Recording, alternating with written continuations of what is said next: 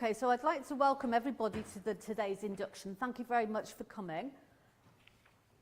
And those of you who are watching out there in the rest of the UK, if you could give us a text on the number that we've put online, then we'll be able to actually record you as present. And also, if you've got any questions, you can text them in. Marie Hamilton is going to take the questions and relay them to me, and I'll answer them as we go through.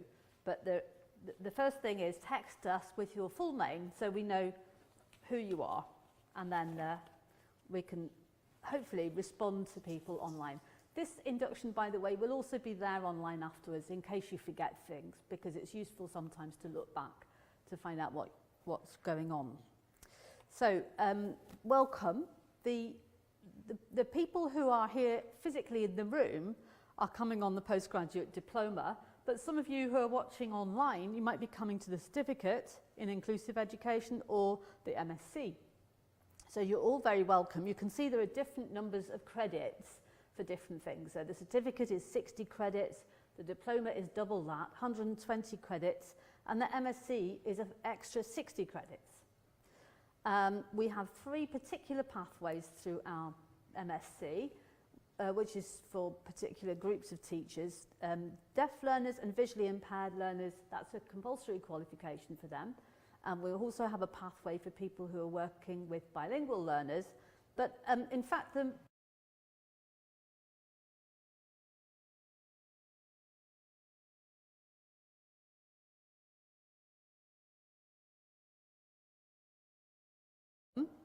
and this PowerPoint will be on the Learn site afterwards so that you'll be able to click through with the...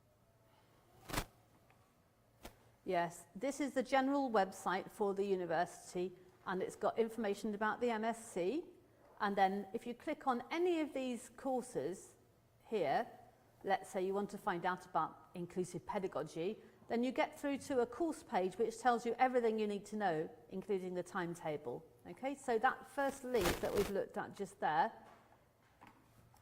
is taking you to information about courses on the programme. So I am going to put this PowerPoint up on Learn, so you can just use it yourself later at home. Don't try and copy down the web address now. And also we have a link here which takes us through to the structure of the part-time programmes. So I'll just show you what this one looks like. Tedious. We're not undergraduate, we're postgraduate, and we're postgraduate taught, which in this university they use the abbreviation PGT, postgraduate taught. So that's the sort of course you're on. If we go down to inclusive education, you can see there's a whole lot of different things which start with inclusive education. So the one about visual impairment, there's 2 different ones. One is a possibility for people who want to do the diploma in 1 year, and the other one is to do it in 1 to 4 years. You won't be doing it in 1 year. Hopefully you'll be doing it in 2. This is what we're aiming for, but some people might be taking 2.5. Okay, so if we click through on this example, you can see it tells you all of the choices. In fact, there's not a lot of choice on the deaf and VI pathways, but it'll tell you more about the courses that you have to take. And there is some choice available, but actually your personal tutor will probably explain to you, you don't really have an awful lot of choice, but that's a link. We've already met Natasha. Natasha, would you like to come to the front now so that everyone can see you? And it's a little bit funny being online. Hello everyone, my name is Natasha Vantic. I'm the program director for the MSc Inclusive Education. Welcome to the program, and do get in touch if you have any questions, or just get in touch to let me know how it goes. And I'm sure you will enjoy it. So that, okay, thank you. So Natasha has the overview of the whole programme. And then we have a number of different tutors. So I've already mentioned it, I think, briefly. Holly and Andrea are teaching inclusive pedagogy. And for those of you who are starting that course, is actually physically here tomorrow, the first day of that course. So that's one you had to sign up for early. Elizabeth McCann is the pathway tutor for students on the VI pathway. Unfortunately, she's teaching today, so she can't come, but she's given me all the information I need to give an induction. So we have a lot of other tutors. You'll probably be meeting from this group, you'll probably be meeting Brian Shannon if you're on the deaf education pathway. He's an educational audiologist teaching that course later this year. Next year, if you're on the deaf ed pathway, you'll meet Audrey Cameron, who's a deaf tutor. And next year, if you're on the VI pathway, you'll meet John Ravenscroft, who teaches the CBI course. And Marie's contact details are already in the handbook, but there they are. And there's Marie. Have you got another? Vicky Reid has also joined us. Oh, that's good. Hi, Vicky. And then we've got a lot of handbooks. We've got a program. We've got a handbook for the Inclusive Education Program, which is the one that looks like this. And we've got this online on the General Learn site. So all of you who are enrolled on the Inclusive Education Program, you're all enrolled on a general sort of notice board Learn site, which tells you everything you need to know. And it's called PGT, MSc Inclusive Education General, something like that. I'll show it to you in a minute. And it's got inside there information for full-time students, for part-time students, and for students on particular pathways. So this here is the handbook for the whole program, and it's there. And we also have another handbook, which we don't actually have a physical copy of right here, which is for the whole School of Education. And that one is important to look at, particularly around how we mark assignments. So I'll show you that in a minute online. So when you look on Learn, what you look for is PGT, Postgraduate Taught, General Info 1819. And that site will show you everything you need to know as a notice board.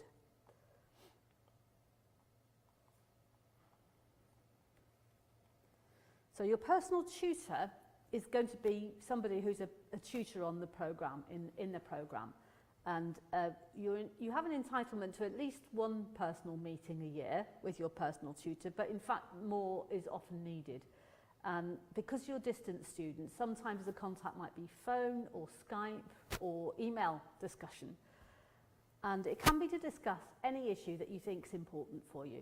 So for example, if you're worried about referencing skills or writing, academic writing, that's a subject you can talk to your personal tutor about. I mean, there are other places you can go to. I'll show you in a minute online places like Institute of Academic Development, but you can talk about your career plans, you can talk about personal issue that you might have that is affecting your work. And when you have meetings with your personal tutor, we usually keep a brief record that the meeting has happened, and we put it on the system, which is called Euclid. But we don't put confidential details there. So like, for example, if you've had a horrific marriage breakup, we don't write that on Euclid. That's not necessary. We just say we've had a meeting, and that might subsequently lead to special arrangements.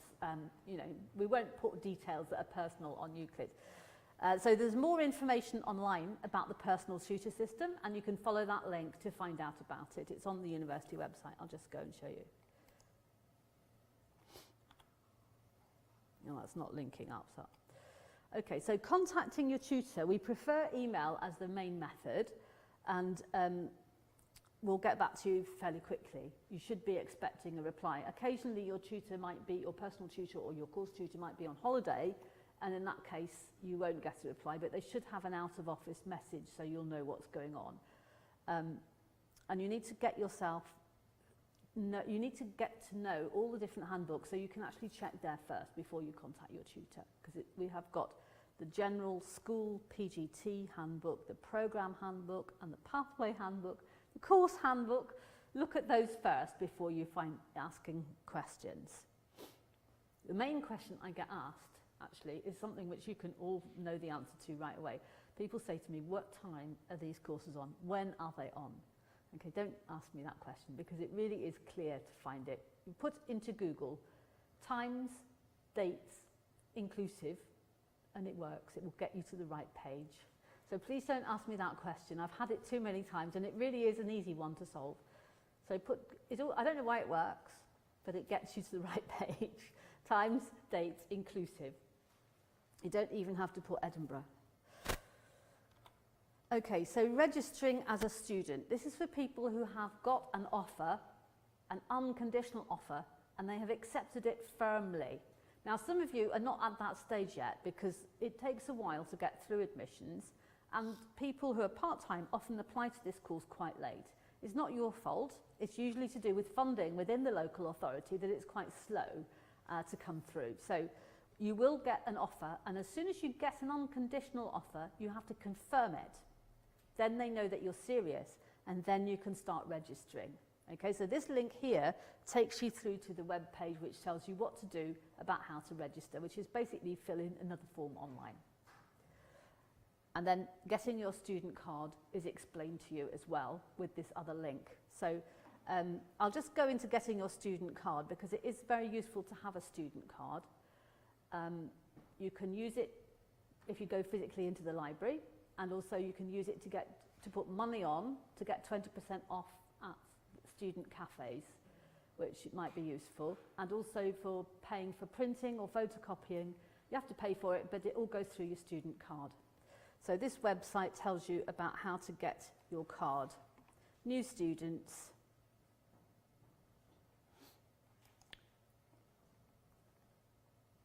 Activate your account, access your office email, log into MyEd, if you have a laptop, get it Wi-Fi connected onto EduRoam. EduRoam is a Wi-Fi system for every university in the UK. So if you've got on EduRoam here, you will get on automatically in any university campus you go to. So it's quite a useful thing to have, especially if you've got a nice university library somewhere near where you live. You can go to one of their campuses to work, click onto EduRoam, but sadly you won't be able to get into the other universities' electronic library. But you will be able to get into our library. So printing, timetable on your phone. Basically that's quite a useful link, that one. Getting your student card actually is more like what are the important things you need to do as a new student. So the first thing you need to do is get on to something called MyEd with your EASE login. Now, if you've got an unconditional offer, you will have a student number and a password.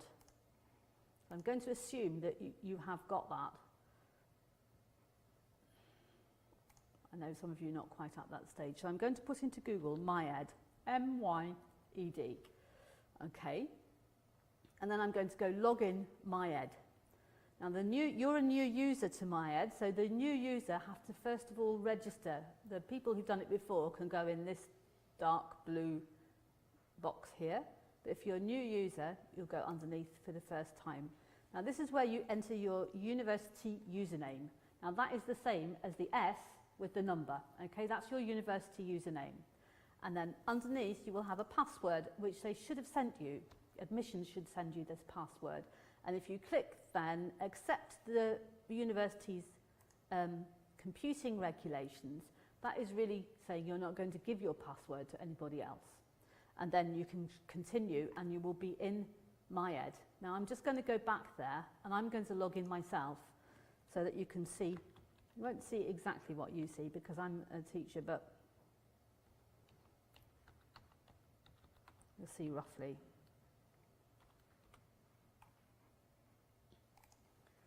Okay, I have got some email here, and you will have email as well. And then down the left-hand side, you can see Learn. And Learn is the virtual learning platform that we use for courses. So you go into Learn, and then you'll see the list of courses that you're enrolled on. So you can see I'm enrolled on quite a few. Some of them are sort of bits of the university getting me to go on little courses to understand annual review. You won't have that one. You'll just have the courses that you're enrolled on. So when you've filled in the form for the course application, then that goes to Marie. She will enter you into the system, and then you will see these blue courses opening up. So I'm just going to go into the one called Inclusive Education General, because every one of you will be enrolled on this. This is the one which is like the notice board. We'll just have a look and see what's on it. So there you've got the programme handbook for inclusive education that we've just been looking at. That's the PDF. And then a welcome message from the School of Education, the head of the School of Education, Professor Ahmed. And then we've got information about tutorials, about how to use Learn. Information for all students is in this folder. And lots of information about academic reading skills, academic writing skills. So there's quite a lot to explore on this site. And Institute of Academic Development, which is a wonderful collection of free resources about studying. And then full-time students have got a folder, and part-time students have got a folder. So let's go in the part-time one, because this is basically the place that you should be looking at every now and again. It's got news for you. So we've got this induction PowerPoint you'll be glad to see is here, so you don't need to take notes on those links, they'll all be there. This is a handy document which tells you all the courses in the programme over the 2 years, because you know some courses are only delivered once every 2 years. And then this link tells you how to prepare for a Collaborate session. And then the Deaf Education and the VI Pathway have both got folders where you can go in and find more information, especially for you. So we have got a Deaf Education Pathway handbook, we've got an audiology log, and telling you about joining BASOD. So what I'd like you to do when you finally get into the university, you get your unconditional offer, you register, then I want you to explore this Learn site, because it's going to be the most useful one for you, I think, to start with.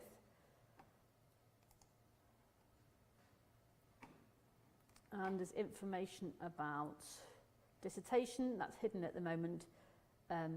GTCS recognition, now this is an important one for those of you who are Scottish teachers, because we have a sort of dual certification arranged. There's yet another handbook, not very long handbook, because you will have, if you're a Scottish teacher, you will have an annual review where you discuss with your line manager every year the developments that you've been making.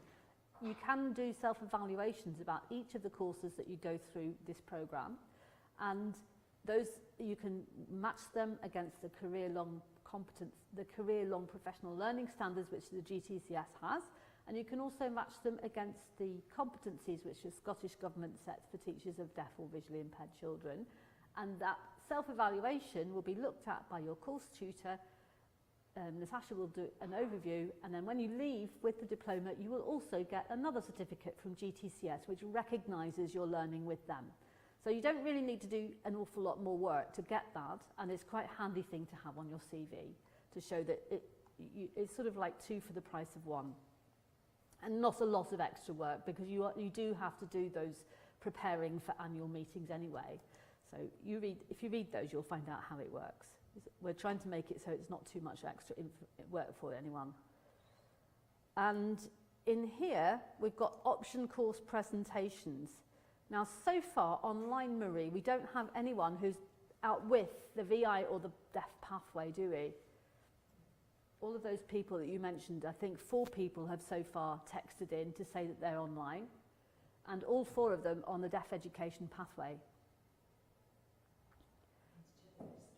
Yeah, I know who they are. Yeah, they're all deaf ed people. So I don't think there's any point now, Natasha, in doing your presentation about the option courses, but of course some students will be wanting to watch this later, and they can go and have a look at those presentations to help them choose their options.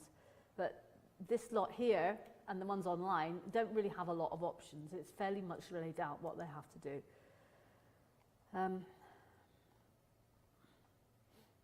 So this course is a useful one too. I'm going to go back now. I'm navigating up with the back button here. Oh no, that's not right.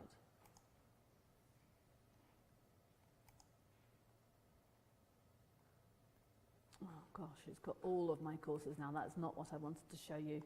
Nobody wants to be a member of that many Learn courses. That's because I was a programme director last year. You're going to have this soon, Natasha. It's pretty horrific. I'll go into another Learn course so that you can have a look what it looks like. For example, audiology, which is on this semester, 18-19. We tend to organise the courses in quite a similar way. They don't look very nice, I agree. They're a bit clunky. Course administration will have information like the handbooks and the assignments. And then classwork will have things like the PowerPoints or other activities that might be going on at different times. In the case of audiology, these ones are actually going to be renewed. You can expect to see the final version of things like PowerPoints up 2 weeks before you come to the class. And the reading, which is in this folder, you can expect to see the final version of the readings up a month before that. So I put that on the Learn site. And some of the readings will be starred with a time by it, which tells you that's an important one and you have to get it ready for day 5 in the morning. You see what I mean? And then you just click on it, and in that case you download it. But this reading Brian is working on just now, so the reading won't be finalised for another week or so, that reading. So you can have a look at it now, but don't do too much. Only read things with stars on, I think, at this stage, just to be on the safe side.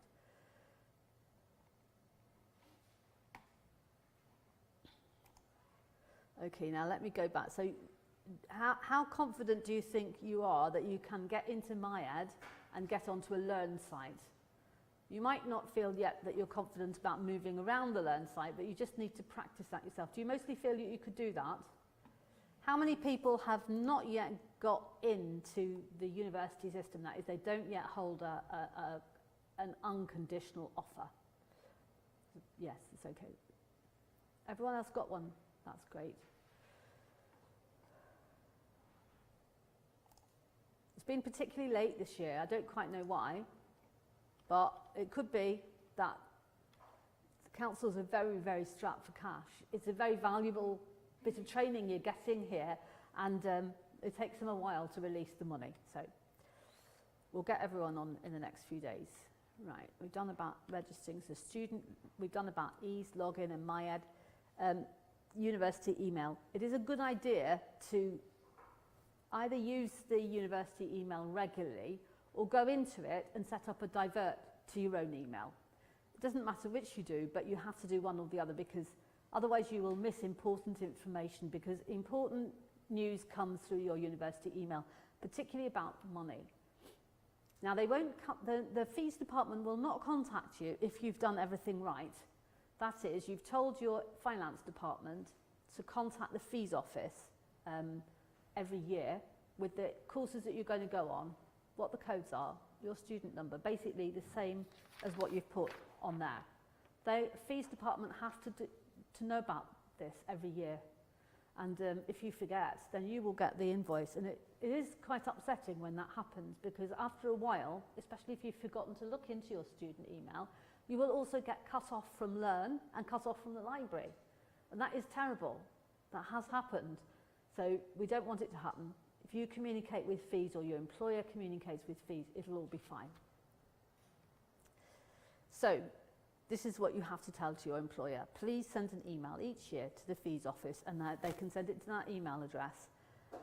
Include your student number, and your employer has to say where the invoices should be sent to. And the link here tells you exactly what your finance department will need to know. So you can just send them the link and they will get it right. And none of us will get locked out of Learn.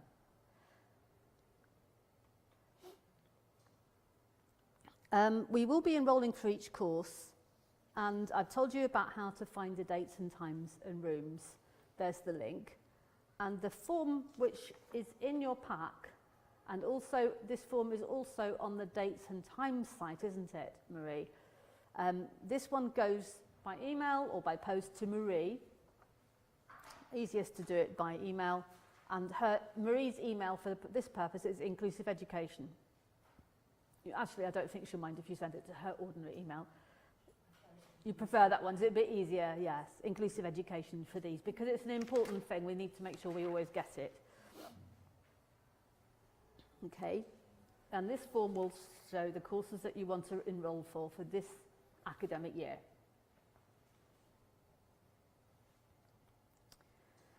So now we're going to move on to talk, first of all, that's enough of the admin stuff, and now I'm going to move on to talk about studying at master's level. But before I do that, are there any questions about this first bit? I know I have gone rather quickly through all of those parts of the website. Do you think you can find that PowerPoint on Learn so that you can follow the links? Do you want me to show you again where it is? Just so that you can get to it. I can see a few nods there. Right, I go into MyEd. I log in with ease. I put my username, which in your case is S with your student number, and I put my password.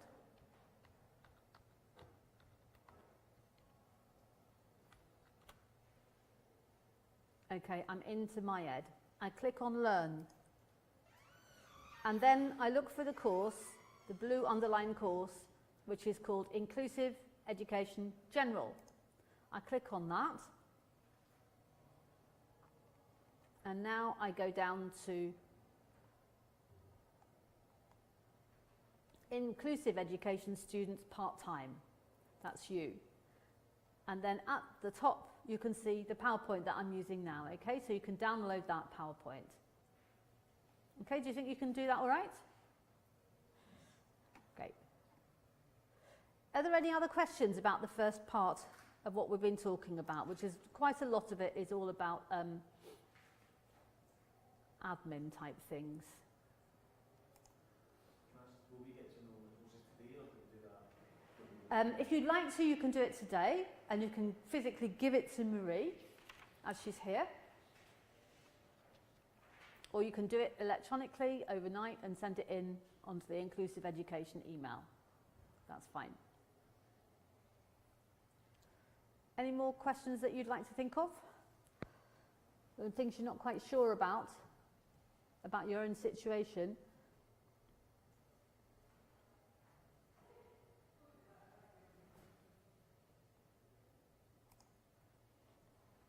Okay, well, if you think of things later, just jot it down and I'll answer it later on. And people who are watching online, if you've got questions, you can just text them into Marie and she'll wave her hand and tell me what they are. So, studying at postgraduate level. Some of you may have studied at postgraduate level before, you might have done a diploma or certificate, but usually for most students it comes as a little bit of a shock because it might be their teacher education course was the last time they studied. And everything has gone extremely digital now in higher education.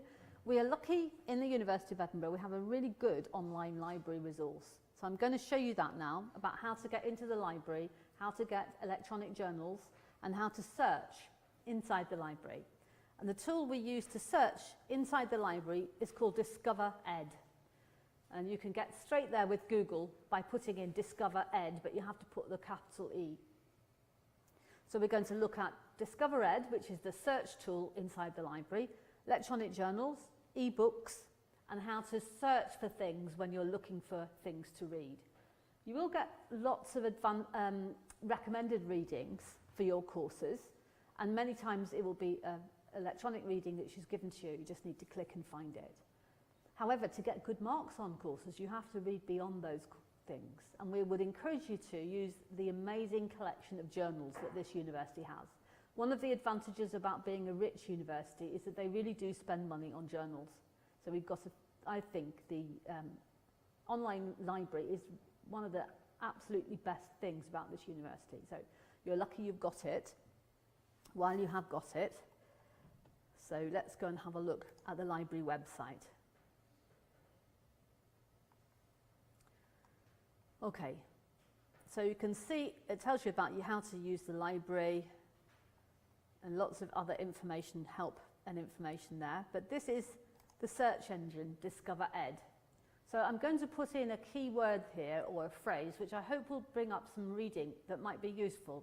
Okay, so let's say I'm doing an assignment about language development in the early years for deaf children. So I'm going to put in deaf language acquisition, see whether that works.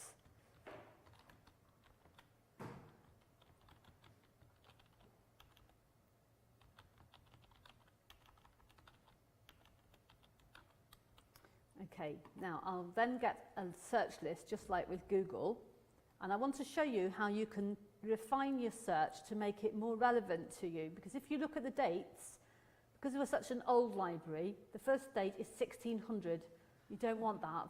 Anything really in the last 10 years might be useful, but not that far back, unless you're studying history.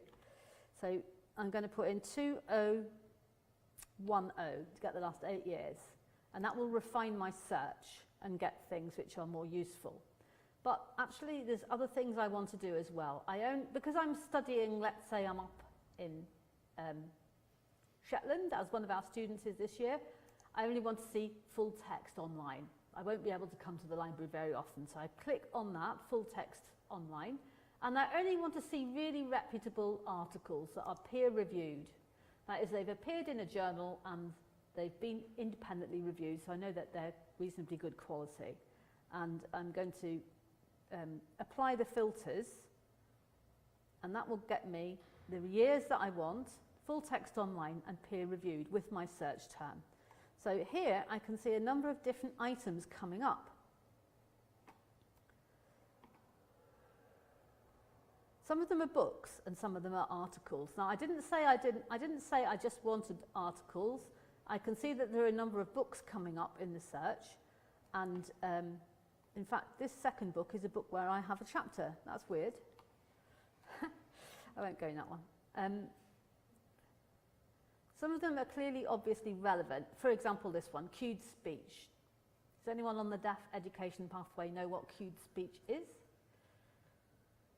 You use it a lot in Manchester actually, don't you? In the school service.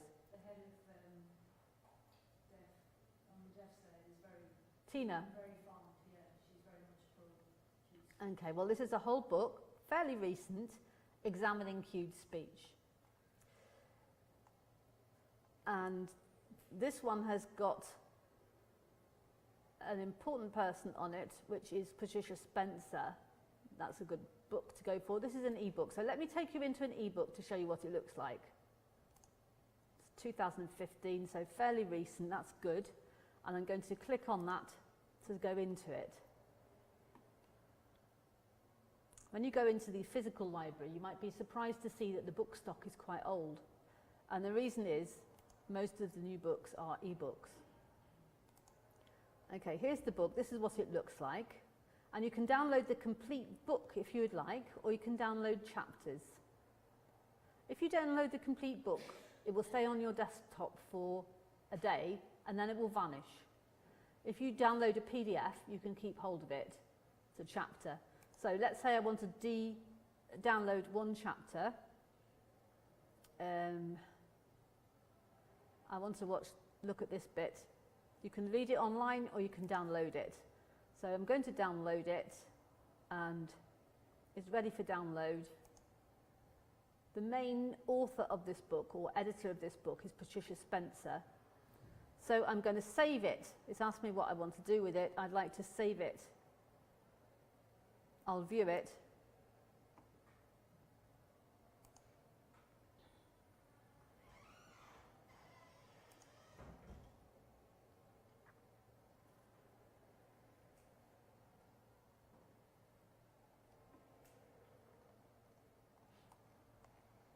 This is a textbook, so it's actually quite an easy book. It's not particularly hard.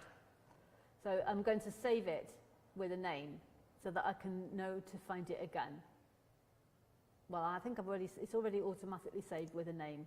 I'm going to put that PDF somewhere where I know where it is. So now I want to show you an article from a journal. So we know about e-books. Publishers in e-books are sometimes a bit different from each other, so you have to get to know your way around e-books.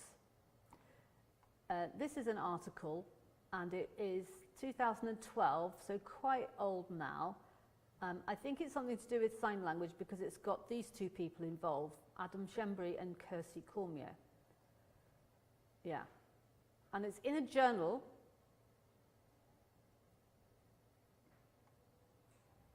Cognition.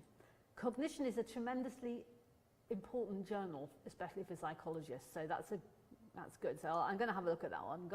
Full text. I'm talking you through the sort of process I go through when I'm deciding what to read. So I'm going to click on this bold thing, that tells me it's here.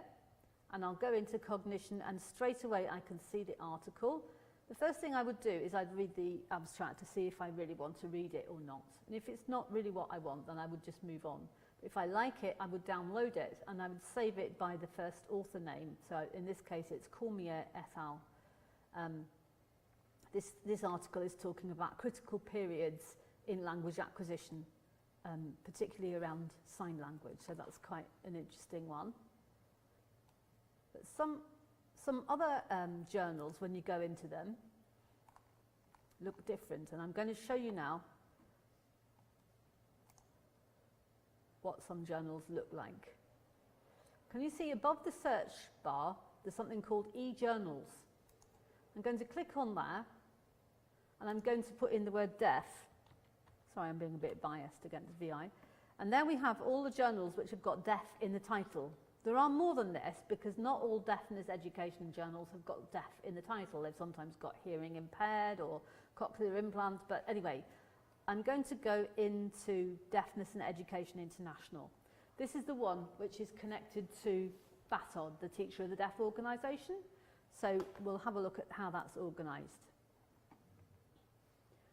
And it says online access, and there's two different packages we can go into. They both start from the same year, so we'll go in that way, Taylor and Francis. And you can see that the latest articles are here, and then last year's articles are here. If we want to go and find an article from last year, we click on 2017, and then the issues will open up, and you can go into a particular issue to search for a particular article.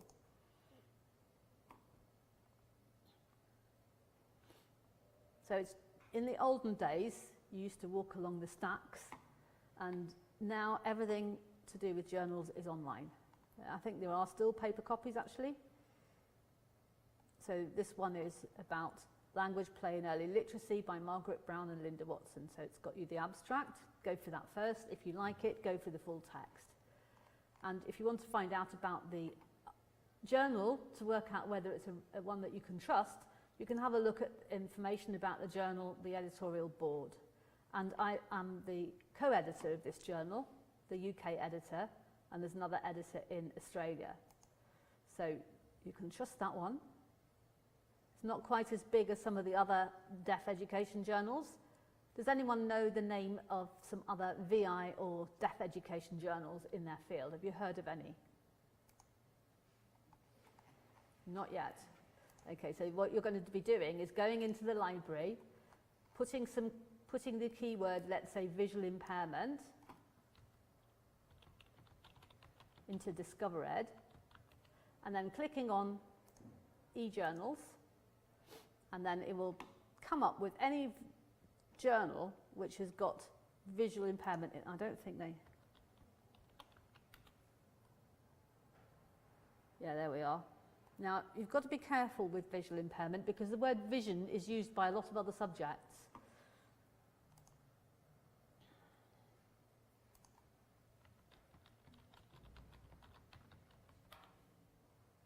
Yeah.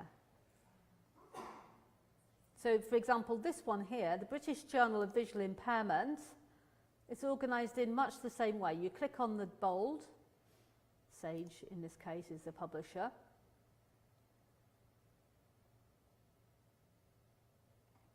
And then again it tells you the year group, and you can have a look in the current issue, and if you wanted to you can find out about the editorial board of this journal.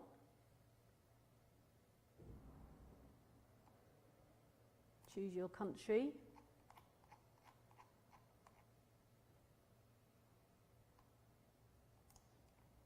Don't know why it wants to know that.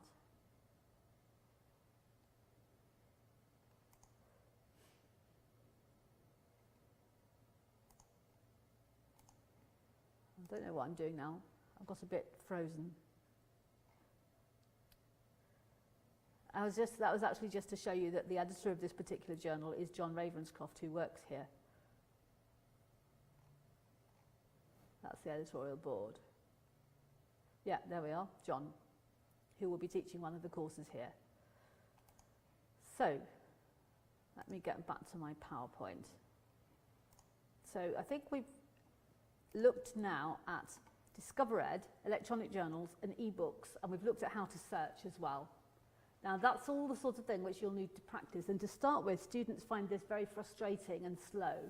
So you can search with Discover Ed and choose peer-reviewed journals, or you can go into the journal that you like and search inside there.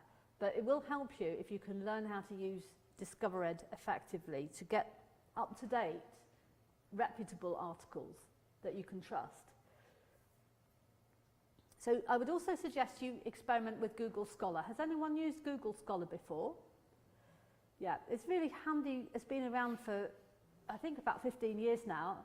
It's like a university search engine online, but of course not everyone has access to the articles that it shows up. Sadly, a lot of journals keep articles behind a firewall.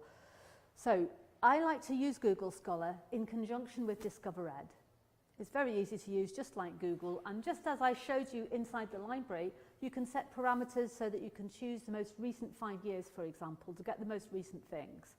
And I'll show you, just take you there, just to show you a nice function of Google Scholar, which is quite handy. And that's to do with how well regarded a piece of work is. So if I go to Google Scholar, you can see it's much the same as Google. And let's say I want to do visual impairment, children, mobility. Maybe I'm investigating something about mobility. Now, then it says, do you want anything since 2014, any time? I don't want any time, that'll be too old. I'm going to go since 2014. And I don't need patents, I don't need citations, and it's going to be sorted by relevance. And so there are things coming up which are really useful, which may not be inside the library. If they are available as documents on the internet, there will be a link to them on the right-hand side. So that means that possibly that might be a good article to use. But be careful, if you've got it in the library, that's probably better. But you can probably trust these things on the right, depending on who's produced them. You need to think, is it a university that's produced it, or is it just somebody who's writing something in their bedroom, and it might not be that great.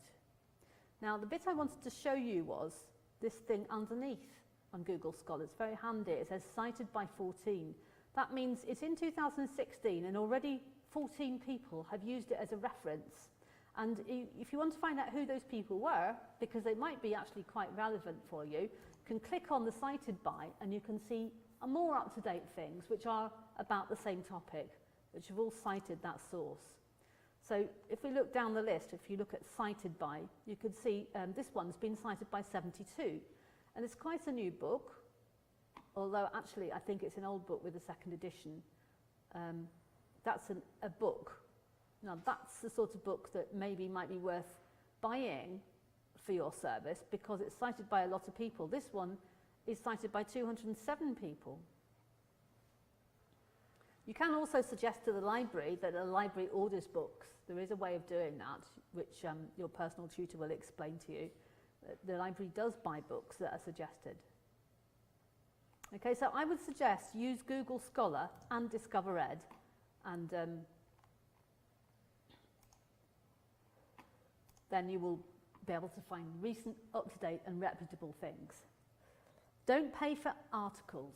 You know, sometimes when you do an ordinary Google Scholar search, or you click through on Google Scholar and it says pay £31 for accessing this article, you never need to do that while you're a student here, because we have got something called interlibrary loans.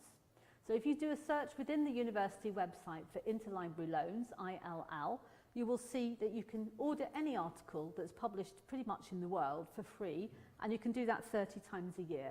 Now, I don't use it 30 times a year. I don't think you will need to use it that often. But if we don't have the journal, the university system in the United Kingdom will get you the article for free. So please don't ever think you have to pay. Now, I'll talk a little bit now about academic reading.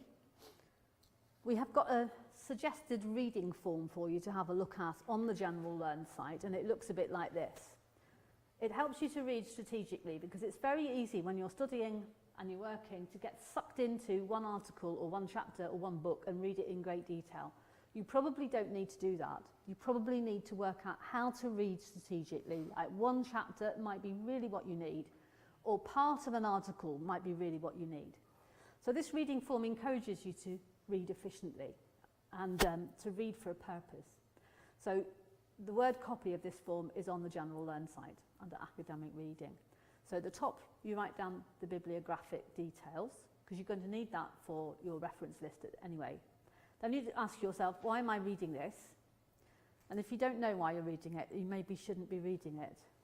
And then you summarise, in your own words, what are the authors arguing. So this is practising your summarising skills, and it makes sure that you don't copy and paste. You're summarising what they're saying, and then you're saying, is it relevant for what I want to find out right now? And then you judge, you use your critical reading skills to judge how convincing is the author's argument. Now you might be able to see some flaws in the argument or reasons why you don't trust it quite as much as you would another source. Write those ideas down because it's criticality which you want to show in your assignments. So write down what you think is good or bad about that source. And then write down how you can use it. Maybe you're going to be using it in an essay. And then you can, if you want to, give it a code about whether you're going to come back to it or whether it really isn't that important anyway. The way I use this reading form myself actually when I'm doing a literature review, and I usually save the word copy with the name of the author so that I've got, and let's say I've got a folder, at the moment I'm doing a literature review for National Deaf Children's Society about the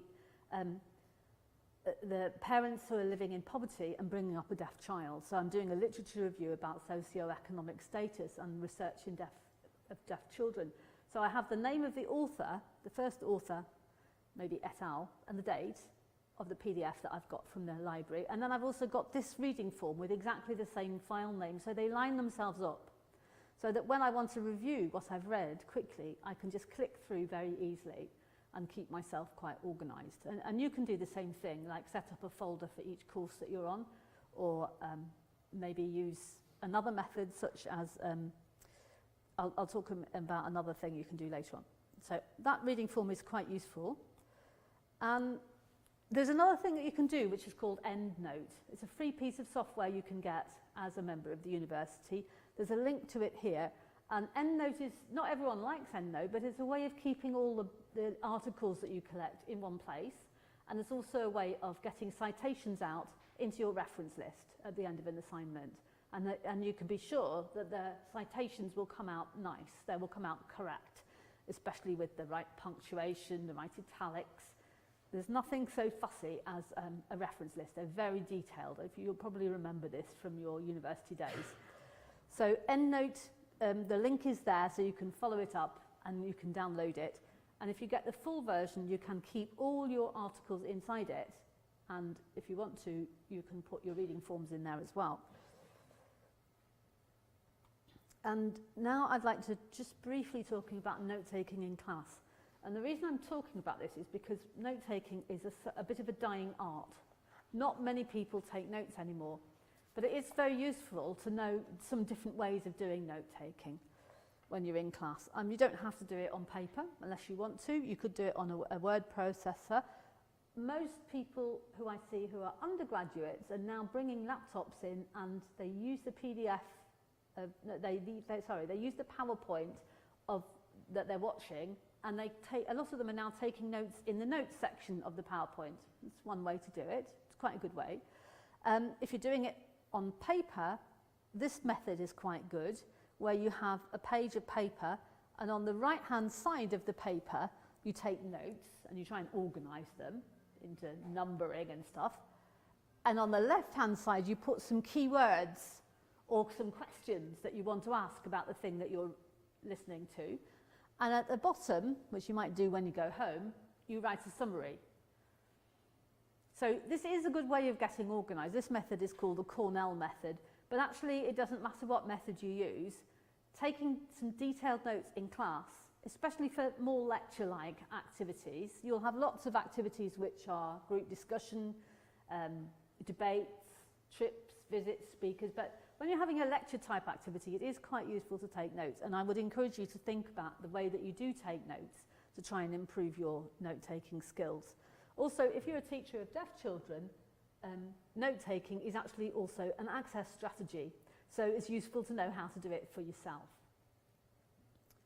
And finding your notes is also really important, so keeping your files organised, having a good electronic filing system if you use electronic notes.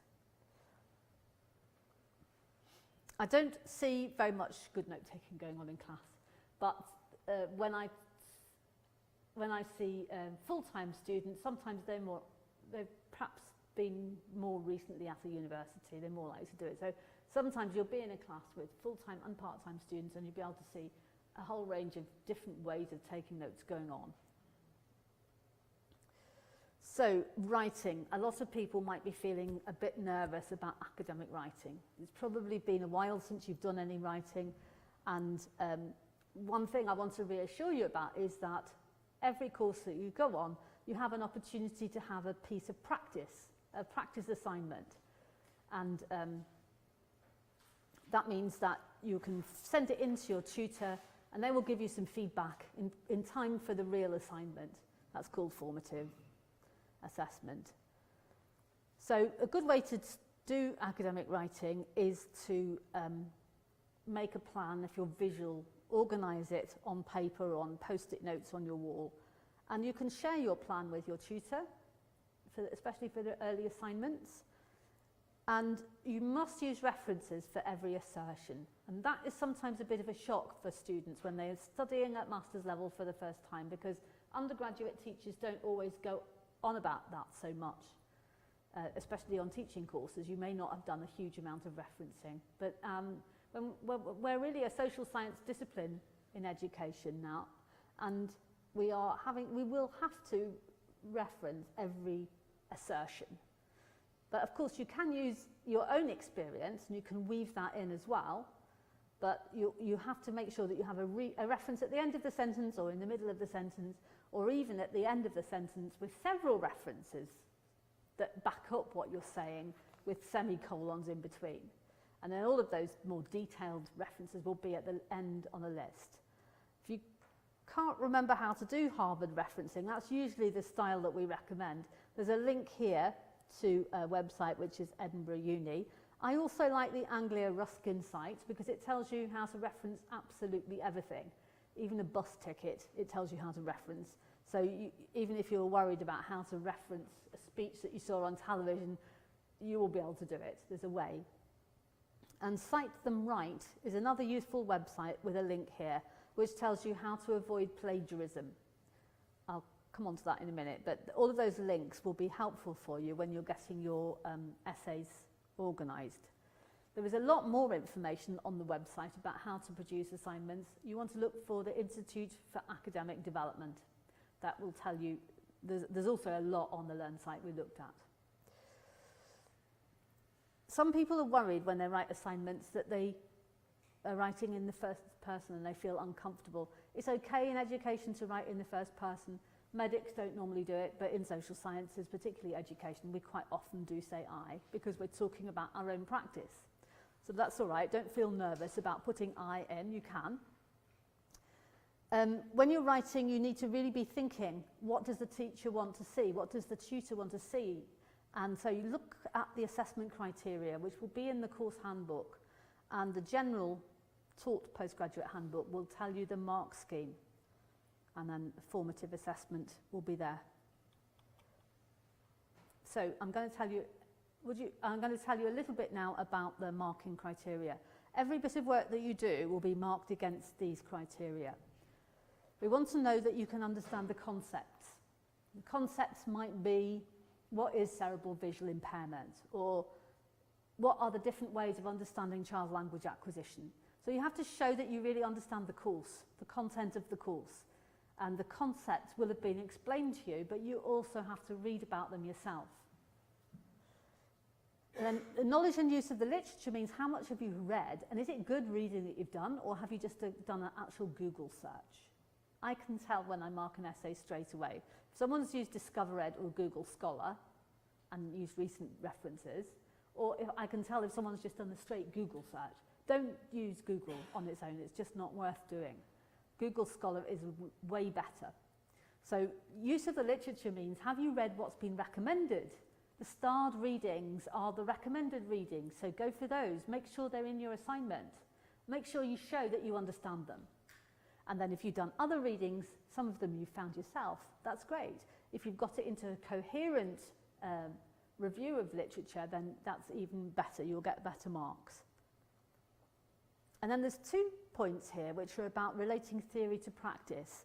How do you reflect about the relationship between what you found out about on the course and what you're doing in your job? Critical reflection on theory and practice. For example, you might discover, if you're doing a language course about deaf children, that it's best if diagnosis is by 1 week, hearing aid fitting is by 3 months, and intervention with the family, support for the family starts by 6 months. And that is an international standard, everyone agrees on it. Then you look at your workplace and you discover, well, that isn't true, especially for some groups of children. Why is that? Well, maybe they didn't come back after the screening appointment. Maybe the child has got many other additional needs which are taking up a lot of time, so that you can't actually get on with fitting a hearing aid because the child isn't ready yet for that. So critical reflection on theory and practice means linking what you're studying with what your real life work is about. And that is a crucial part. You can do very well on this course by thinking critically about both the theory and the practice. And then the application of theory to practice is a little bit different. That means something like, if you are learning, for example, about children with CVI, cerebral visual impairment, and this is a very important development in visual impairment education, discovering that large numbers of children with disabilities have got cerebral visual impairment. Then you can think, well, how could that actually work in my own work? What should I be doing now? What should I be thinking now that I know all this? Perhaps it's going to reorganise our service. Perhaps we're going to have some specialists who work in special schools. Perhaps we're going to need to put on some in-service training. So it is connected to the previous one, but it's a little bit different. It's going from the theory to the practice. And hopefully it will make you a better practitioner because you'll be basing it on what you're reading, up-to-date research. Now the next one, planning and implementation of research or investigation. That's mainly for people who are doing an MSc dissertation. And I hope that some of you will do that. There's a few projects which require you to do a mini project. Deaf Studies has got a mini project, so you will get graded for that. And then but most people that will be missed out for. And then the construction of academic discourse is how well you write, academic writing, how well your spelling, your punctuation, your referencing, your proofreading, the way that it all hangs together, your use of tables or diagrams. And you can always get help with that from people you know. You know, everyone knows somebody who can help them with a bit of proofreading.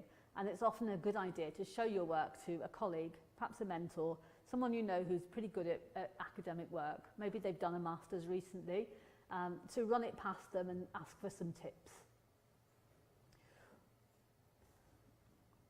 Okay, I'm going to stop there for a bit because I think we've had enough. We'll have a 5-minute break, okay? And while you're having your 5-minute break, you can be thinking of questions that you want to ask and also just get to know each other a bit, okay?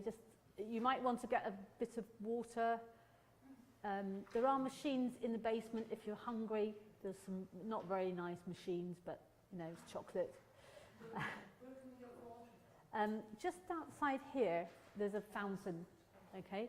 You also might want to have a quick look at the Scottish Sensory Centre, which is just around the corner. So just take 5-minute break, toilet break, moving around sort of break. Yes, you can. And it's, I think it's downstairs, just underneath where we are. Right. Yeah, should be. I'll go get the general handbooks and maybe some Yes. paper cups for people that haven't got. Oh, that's a nice idea. Yes, because they don't always have paper cups here, do they? When they have the drinking fountain.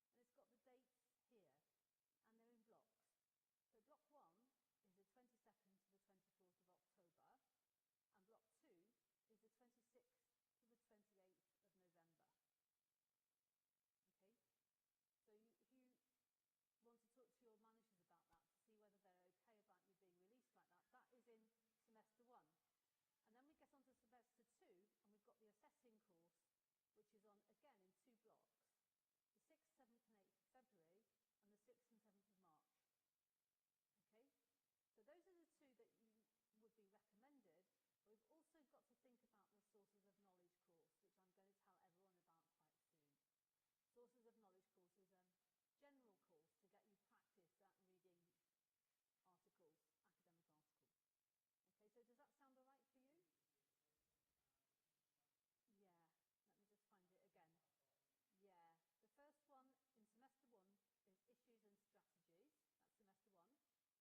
Yeah, let me just find it again. Yeah, the first one in semester 1 is Issues and Strategies, that's semester 1. And the second one in semester 2 after Christmas is Assessing Pupils with Visual Impairment. Is that okay? So that's what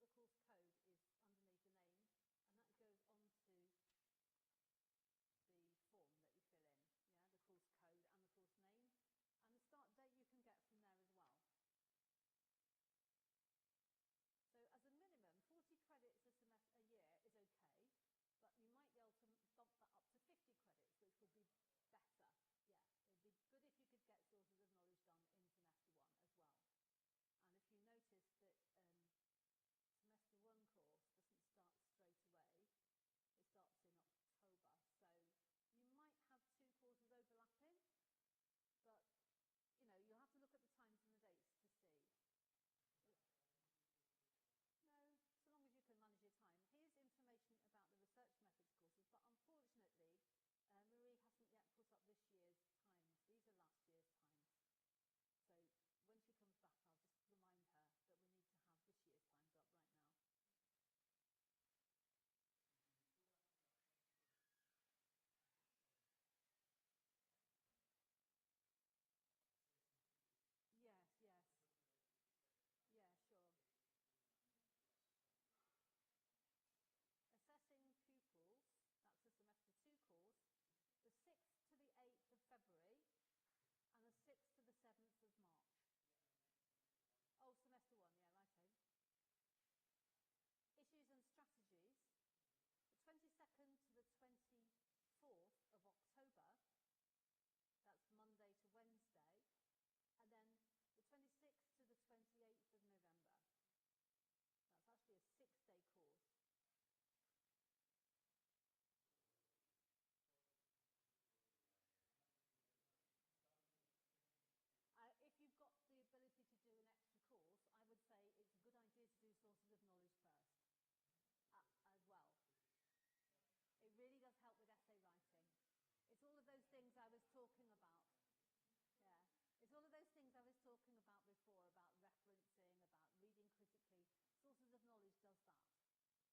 it's all of those things I was talking about before, about referencing, about reading critically. Sources of Knowledge does that. Marie has very kindly brought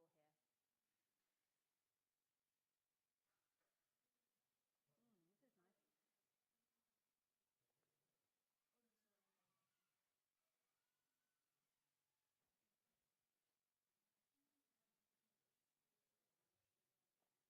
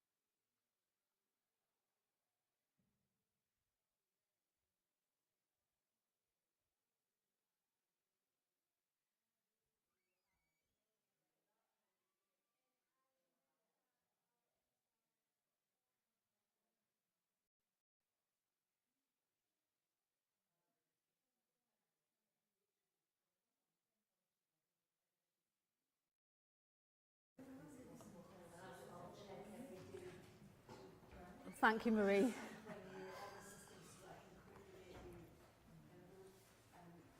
you did everybody put the name on one of the registers? Yeah, where are the registers at the moment? Has everyone seen the register that's up there? And we can also add in the people who are online. Anyone who's online who hasn't texted in their name yet, please text your name in to the number on the Inclusive Education website, and then Marie knows you're here. It's just a good way for us to check that we've covered things that we have to cover and make sure you really have had the chance to think about all of these things. Sorry about all the mountains of paper.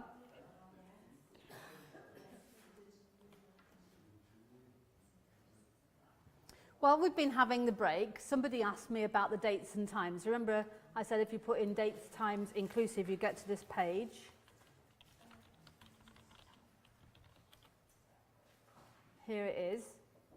And there, on the top row, is the timetable for this year. And that's where you can see the dates, and of course you can see the course codes there. And so that means you can ask your line manager if you can have those times off. And you'll probably know by now which ones you need to do. You need to be doing something every semester. If you can do 30 credits a semester, that's great. If otherwise, do 20 credits. Don't have a term off, because otherwise it will take you too long to get through the whole thing. Okay, so let's go back to what we were talking about before. While you've been having a break, have any of you thought of more questions?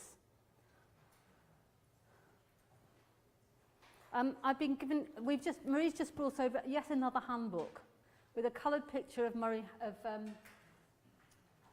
Edinburgh on the front of it. This is for the whole School of Education, and it's got all the rules about what to do if you need an extension. You know, the actual official rules, they're all in here. And I would say the most useful thing for you is pages 12 to 14. Have a quick flip now, pages 12 to 14, because these are the way that you get different grades, the marking criteria that we use in the school. So you know those big headings I was telling you about before, like application of theory to practice, critical reflection. This tells you how to get an A, a B, a C, or an E. You don't want to get an E. So this is very helpful when you're preparing your assignment to see how you can boost your grade up.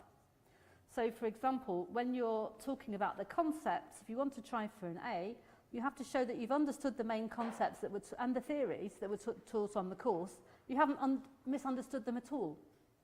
And you've been able to integrate them into a coherent framework. Whereas if you're going for a C, you understand the theories, generally speaking, but you might have a bit of misunderstanding with some of the main concepts. See what I mean? So you can tell by reading these criteria how to boost your grade. And the teachers will always use these criteria when they're marking.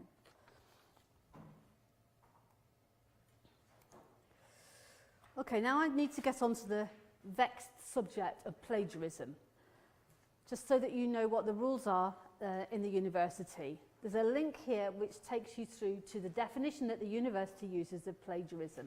It's a very serious situation when students sometimes quote bits without acknowledging where they've got it from. They copy and paste. And also, occasionally, people pay for essays to be written, which is a bit shocking, but there are essay mills. You will probably get emails from, or may see notices about essay mills, and people pay for assignments. We really discourage that, and we can actually quite often spot it. I won't tell you how, but don't do anything like that, because you will lose marks. And I'm going to show you how you can, first of all, I'll take you through to the university definition of plagiarism. In our school, we have an academic misconduct officer, and we have another person that's a higher level, the college level, a college academic misconduct officer. So when we're marking assignments, if we suspect plagiarism, we will refer it within the school, and if it's serious, it will be referred to the college, and then they will decide how many marks are deducted. The student will have a right to reply or appeal, and basically the mark is deducted.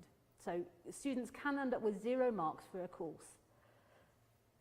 And remember, if it's a DEF or a VI course, that could be that you have one resit opportunity. You could rescue the situation, but it could be that it actually means you can't pass the whole course. So, to prevent this, we have something called Turnitin. And Turnitin it does two things. First of all, it checks your own work for plagiarism, which you might have not really meant to leave in. You might have meant to rewrite, but you haven't got round to doing it. And also, it is a way that you put in your assignments. So you can use Turnitin by uploading your draft assignment to see how you're getting on. And if it comes out with a score which is red or orange, then you know that you are using sources that you haven't properly acknowledged, that they will find sources from the internet and from previous student essays. So don't use previous student essays. Essay titles change, but don't feel tempted. There was a student last year on this programme who did. She was in a school where there were a number of different students had been on the same course, and she took chunks of their essays, and we knew immediately on Turnitin because we could find out which student it was and where they worked.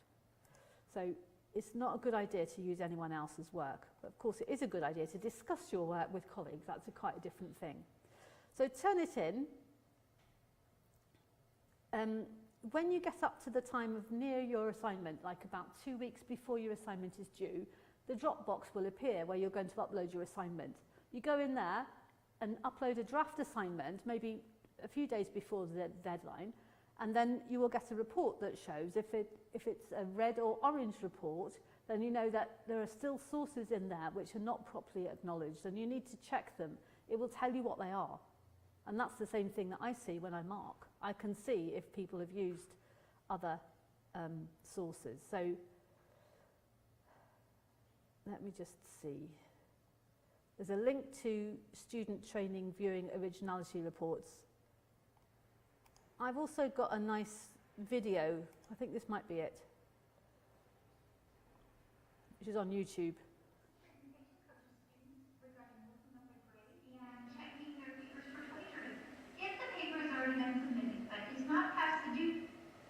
This is an American video, but it's actually quite useful. I'll just see if I can get it. And you're just wanting to check your originality report. Students can go into course content, into the folder where the paper exists, and scroll down to the turn assignment. And click on View Assignment, then My Submissions. The originality report will appear here. There's 15% on that. You can click and open up that report in another window. Now, what you'll notice is that I've already graded the student's paper, and so you've got some comments over here. What if it is past the due date? You're not just checking the paper for plagiarism, but you're actually looking at your grade and wanting to know the comments. Well, you can come in the same way through course content and click on the assignment, and then click into this graded area, either on the grade mark comments or the similarity index. It doesn't matter. Or you can go into My Grade, you can locate the assignment and just click on that paper, and you'll notice the same options here. I've already clicked on the comments box. I'm going to go right in here. You can see this is when you click on the originality report. If you're checking for plagiarism, make sure that the originality area is red. Then scroll through the paper and see where Turnitin has marked up the paper. This example is one where a student has added in a quote to the paper. Now let's see if we have all the elements that we need for checking for plagiarism to make sure that this is not a plagiarized resource. First, anything that is highlighted this much, that means that that is word for word from the original source. And I just clicked on that highlighted material to have the comparison here. I can click on full source text and scroll up and down through any of the segments that are from that resource. I also have the option to skip down to different resources throughout the paper. So if I click on number 4, and that's going to scroll me down to the cited page, and I can look at resource 4 here. Let's go back up to the potentially plagiarized resource. So this much information being word for word from a resource means that this had better be a direct quote. If intended to be a paraphrase, that is not going to work. We have way too many words here that are used, that are matching another resource that is quoted Douglas. We need to make sure that we have quotation marks around it. So word for word information would be a direct quote and must have a quotation mark, and I can see one right here at the beginning and one right at the end of the statement itself. What's another component to make sure that a direct quote or a paraphrase is not plagiarized? Well, it has to have a citation.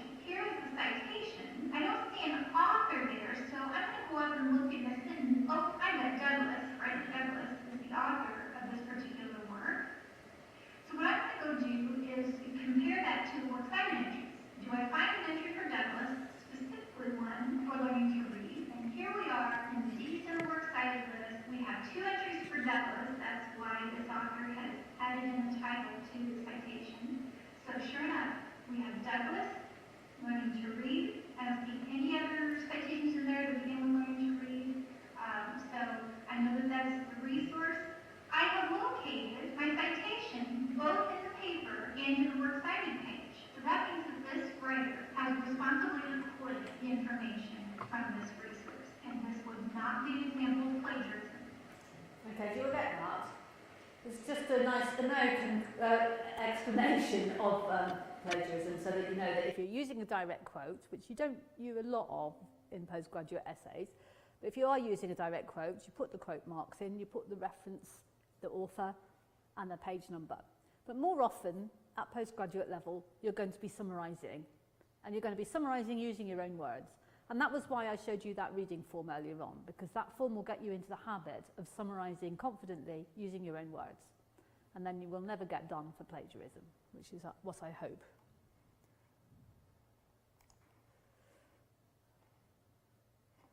Okay.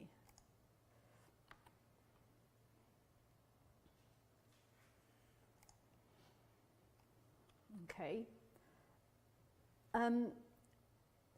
On the MSc Inclusive Education, we quite often have students with a range of needs. In fact, we have students right across the university who have got different needs. If you have, perhaps for your undergraduate degree or your teacher education, have had an adjustment, let's say you may have dyslexia, you may have a visual impairment, you may have maybe deaf or hard of hearing, please go to talk to the Student Disability Service as soon as you can. They're based in the main library, which is worth a trip in itself. Very nice library. And your student card will get you in there. Good cafe as well. Student Disability is on the 3rd floor, and they will do an assessment or chat with you about what you need, and you'll get a schedule of adjustments. Some students will be eligible for Disabled Students Allowance, which will mean, for example, they might have a note taker in class, or they might have proofreading put in for their assignments. I would urge you to go and see them if you think you might have a need there. And that will then come back to your personal tutor as a schedule which everyone knows about. Okay? And finally, I want you to enjoy your program. These are the people you need to contact. The course tutor about something about the course, the program director about any other wider issues. Natasha, you would go to Natasha about a general sort of issue about the program. Marie, program secretary, about how to join a course, administrative questions such as getting onto a Learn site or Dropbox. And the personal tutor, which will be, in your case, will be myself for the Deaf Education pathway, Elizabeth McCann for the VI pathway. So that's it. That is all I've got of the actual presentation. But I think there's probably time now to have a chat to your friends for 5 minutes, and then I'm going to do a little bit of introduction about sources of knowledge, because some of you are wanting to do that course and I need to explain it to you. Meanwhile, I'm just going to hand out another bit of paper. This is about the Scottish Sensory Centre. I don't know whether any of you have been to see it, but it's literally round the corner from this room. You go out the room, turn left and right, and you're there. It's a library, and it's also a place which runs courses. So once you know a little bit about it, you might want to join the library, and hopefully you might come on some of the courses as well. So you just take one of these. That's about the library. The library is great because it's a postal library. So you can be here, you can go and look at something, borrow it, and post it back. They'll post it to you as well. So it's really a great system. It doesn't cost a lot to join, and your authority should be able to join. We do use the SSC resources quite a bit on the course. On the language and communication course, I use their assessment bank. They've got a nice bank of language assessments which we use. So, so that's this floor. Yes, just turn left and then immediately right, and you're there. Called SSC. It's right next to another centre called Call Scotland, which is a similar centre about children with physical disabilities mainly. So yeah, I urge you, Sheila, the librarian, is not in today because she was working extra yesterday. She doesn't work Wednesdays, but she normally works Monday, Tuesday, Thursday and Friday. And she's a really nice person. very helpful. If we would like to borrow resources, can we do so ourselves, or do we need our service to join the You should get the service to join the library, but if you're going to be here tomorrow, are you staying over? Yes. Yeah, well, I'll pop in and see Sheila tomorrow, because she can probably sort something out for you. She'll know you're on the course, and she'll say, yes, well, I'll get them to join.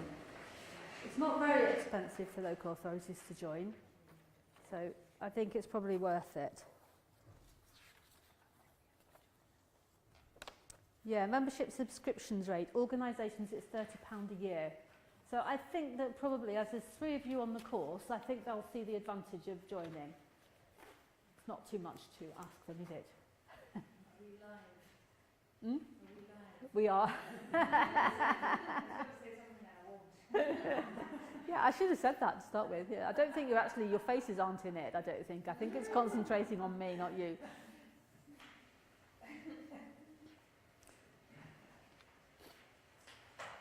Okay, so, you know, Marie, I wanted to ask you something. The dates and the times for the research methods courses are not yet known, because they're not on the website.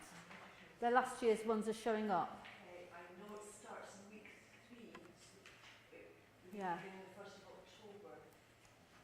Yeah, the 1st of October. Yeah. Do you think you could follow that up with Susan to get that information? Because it's still got 17, 18 up there, and students want to get onto, some students want to get onto sources of knowledge right now. Can you see here, this one here, Research Method 17, 18? This will soon be replaced. And it is a little bit tricky to see the dates. It says week 1, week 2, which doesn't really mean a lot to us, because in Scotland we started back in the middle of August in schools. But the date says WB, week beginning, and it tells you about how the course runs. Sources of knowledge, this is actually old information, but Marie will get it updated for us so that it's up to date. I'm going to talk to you now about the research methods courses, particularly sources of knowledge, which is on first. Sources of knowledge is a 10-credit course, and it is available entirely online, which suits many people who are on the deaf and the VI pathways. Although maybe 1 or 2 of you live near enough to Edinburgh to come into the actual face-to-face sessions. So it's up to you if you decide to do it online or face-to-face. If you do it online, you do it any time during the week to suit yourself. It's not a fixed time that you have to go online. So you can do it in the middle of the night, you can do it if you go to France for October break, you can do it anywhere. It's a 5-week course, and it starts the week beginning the 1st of October. Is that right? But it runs 4 weeks, and then there's a gap, and then there's the last week. So that gives you a week to catch up. For example, if you have got the October break, which in Scotland is 2 weeks long quite often, then you've got time to catch up. You might have to do some in your holiday time. I usually teach sources of knowledge online, but I'm not doing it this semester because I'm meant to be on sabbatical. It doesn't feel like it so far, but I am not doing as much teaching. And so you will have a tutor, I'm not sure who it is, who's this term's tutor. You will be looking at articles critically, and they're not necessarily going to be about deaf education or visual impairment education, they're going to be about education. So you'll learn how to read those articles critically, look at the way that they use evidence, the way that they use statistics, or the way that they interpret data, and decide how trustworthy they are. And then the assignment is a 2,000-word critique of an article, and it follows pretty much the pattern of the course, so that if you follow the course and do all the activities, you will know how to write a critique of an article. And I have given a good deaf education article into the course, so I'm hoping they might choose that one. But it could be about any aspect of education. So the reason why this is a very useful first course is that it might be a while since you've studied, and it just gets you back into the habit of using the library, referencing correctly, writing a journal, and you'll get support as you go through the course from the tutor about how to work on your writing, your academic writing. So I do think it's a good idea to try and do it as a first course, but there might be a reason why you can't.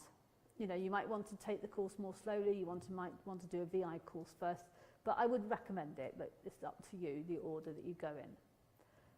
There are some recommended books, and again, Marie, if you could get updated books from Susan Scott, maybe, the secretary for that course. I quite like this book for people who are going to do any sort of research, because this is really, I suppose, for people who are going to do a master's project. You might have seen this book before because it's quite often used at undergraduate level. Gary Thomas, who is in the inclusive education area. It's just a remarkably well-written book which sort of helps. Gary Thomas, How to Do Your Research Project. If you want to take a picture of it later on, you can. So the Sources of Knowledge course doesn't overlap slightly with the other semester 1 courses, so you're going to have to manage your time. The Sources of Knowledge one will probably be entirely online. If it's face-to-face, it will be a 1.5-hour workshop. And that means that if you're doing it online, it might be 2 hours this year. There's 2 hours this year. If you're doing it online, you've got to really discipline yourself to only engage with other people online for 2 hours. Because when you're doing an online course, there's a tendency to get sucked in and to read absolutely everything that anyone is writing. Because I don't know why it is, you want to get the posts down to 0, that you've read everything. But when you're in a classroom, you don't listen in on every conversation around the room, do you? So you've got to try and get that mentality to keep yourself sane through this course. So you're not trying to find out what absolutely everyone is saying. The teacher will put you in groups at certain points, and so that means stick to your group and don't try and read everything else. Just read what they're suggesting. But of course you do need to do the pre-reading for each session. And the pre-reading is important so that you can actually do the tasks. And that will be offline reading, or it might be online in the library, but not while you're on the actual Learn site. You see what I mean? I think that if you do the Sources of Knowledge first, you'll feel more confident going into your first 4,000 word assignment. I think it will make it a lot easier for you. But in fact, you know, you might have a reason why you want to do it the other way around. Okay, now I have got a little presentation about VI, and I've also want to have a quick chat to the deaf ed people as well. I'm not quite sure how I'm going to do this. Let's see.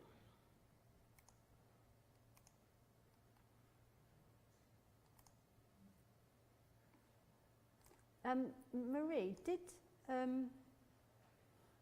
Elizabeth put her presentation up on the VI pathway, or did she email it to you? She emailed it to me. Okay, I'm going to go and find it. I'm just going to search on my email.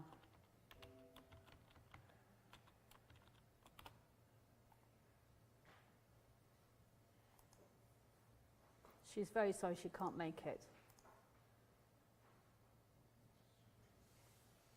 Did she send this to you, Marie, as well? No, I don't think it's, the only thing that's in the folder at the moment is the handbook. So. All right.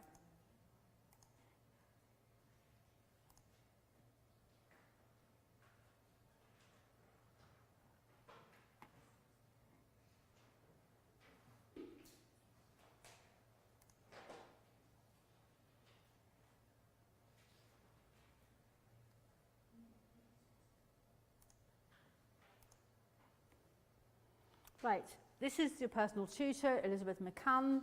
She's good on email, and she's going to be your personal tutor. So you will have a pathway handbook in your pack, which I think you found, telling you about the courses available.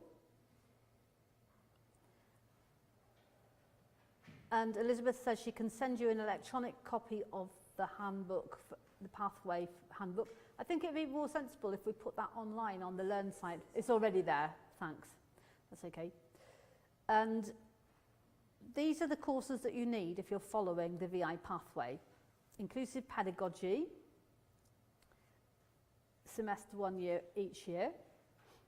Sources of Knowledge, semester 1 each year. And Conceptualizing Research, semester 2 each year. Now, I'd just like to put a little thing in brackets here about conceptualizing research. The VI pathway has got 2 10-credit research courses. The deaf pathway has only got 1, Sources of Knowledge. But we're actually planning to substitute conceptualizing research for placement. So just, although that is officially the situation right now, we're planning on changing it in the next few weeks. So just ignore conceptualizing research. It's a semester 2 course anyway. So by the time you get there, it's probably going to be changed to a placement. We want to give credit for placement. So there's 4 20-credit courses, and they run on a 2-year cycle. And Elizabeth says enroll on them. And you know how to find them now. So the semester 1 courses are Issues and Strategies, face-to-face in 2 blocks, starting the 22nd of October. And that is looking about what children who are visually impaired need to learn, the skills that they need. And it's got mobility in it, so there's some practical as well as theory.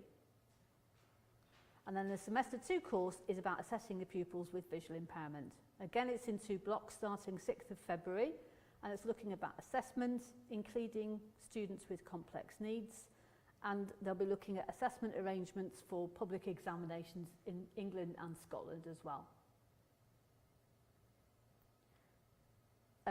The reading list is available now for the first course, Issues and Strategies, and it looks like this, her resource list, which is a very nice way of organising it. It's called Leganto. And it makes it really easy for students to find the right things. I wish I could do this. I'm going to try and do it for the audiology course because it's much nicer than the way I do it in folders. And then she's telling you about PebblePad. Now this is particularly about the VI pathway. I'm not using PebblePad myself on the Deaf Ed pathway, but I might do, but not yet. So you're going to be asked, if you're on the VI pathway, Elizabeth is going to ask you to evaluate yourself against the competencies. And she's using the English competencies because she thinks that they're more detailed. So they definitely cover the Scottish ones. The Scottish ones have sort of gone to the other extreme. They're very brief. And the English ones, very complicated. So we thought we'd just use one set. We're using the English ones, but they definitely cover everything that the Scottish competencies say. They're broadly the same in content. And she's going to tell you more about PebblePad, but basically it's an online resource which you can go into any time. And when you finish the course, you can still get access to it. So you could use it over the subsequent few years to brush up areas that you're still not feeling quite so good about. So you can see clearly which competencies you need to keep working on. Because there will be some which you already know how to do, and others where you'll need longer to get good at them. She says, Elizabeth says, the most important thing you can do really is to make connections with other people, because these connections between people are what sustain you on your career. The connections and the friendships that you make while you're on the courses, meeting each other face to face, will help you and support you not just on the course, but afterwards as well. That was quite a nice little one. Now, let me just see, is there anything else that I have missed out? I've talked about sources of knowledge, although rather briefly. We've talked about the VI pathway. I haven't talked about the deaf education pathway, except I would like to mention one thing to people who are on the deaf education pathway. Please join BATOD. This is in the handbook, the Deaf Education Pathway Handbook, and I'm going to pass around this extremely useful magazine which arrived at my house last week. It's about audiology. They usually have a topic, and of course this term is the audiology course. So when you see this, you'll see, yeah, this is useful. It's highly useful, and it does cost money. It costs £18.40 per quarter, but you will get a £20 a year discount because you're a student. So BATOD has got, I've looked at a lot of teachers' organisations for deaf children internationally. That is by far the best magazine. You get the journal as well, but then on the other hand, you're already in the university, you would have the journal anyway. But as a long-standing member of BATOD, which I am, I joined when I first trained, a long time ago, I found the journal and the magazine both very helpful to my job. And so I would really recommend joining it. You're meant to join as an individual, but of course you could share it with somebody. Nobody's going to know that. But I think it's a valuable resource.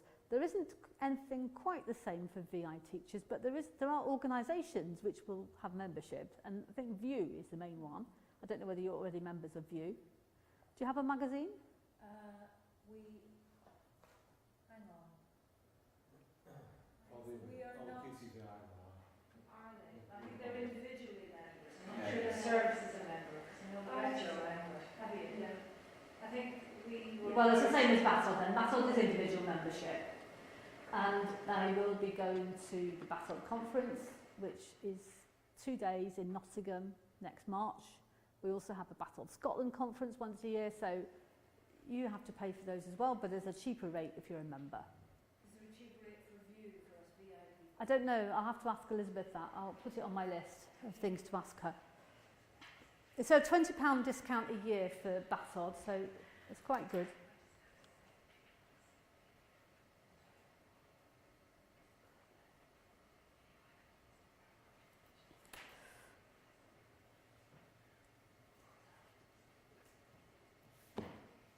For the people on the deaf education pathway, I'm going to hand around these books to have a look at. I would consider buying these actually, although this one is available electronically. I think this one might be available electronically, so you might think there's no need if it's an e-book. Depends what sort of person you are. I like books, so I usually like to buy a few. And I think if there's any I would recommend for the programme, I think these two are the ones that I would most recommend. So if you're on the Deaf Ed pathway, have a look, maybe take a picture of them. And that is actually a book which I use readings from. So, but before you go and buy a book, check, is it in the library? Because you may just be one of those people who prefers to read online. So out there, is there anyone who's got any questions you would like to text in to Marie, because she's waiting here? Pencil at the ready. And any of you, if you have any questions that you'd like to ask, maybe you could talk to your neighbour for a bit, so that might raise questions by just having a chat to your neighbour for a few minutes.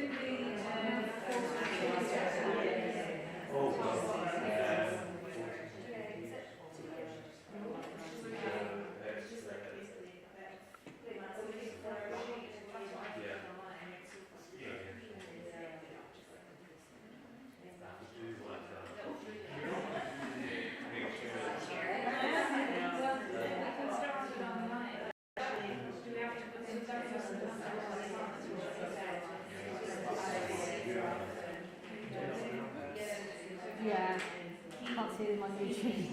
But understand how the course inclusive pedagogy flows into the course as the data for, oh yeah, right, I'll explain that.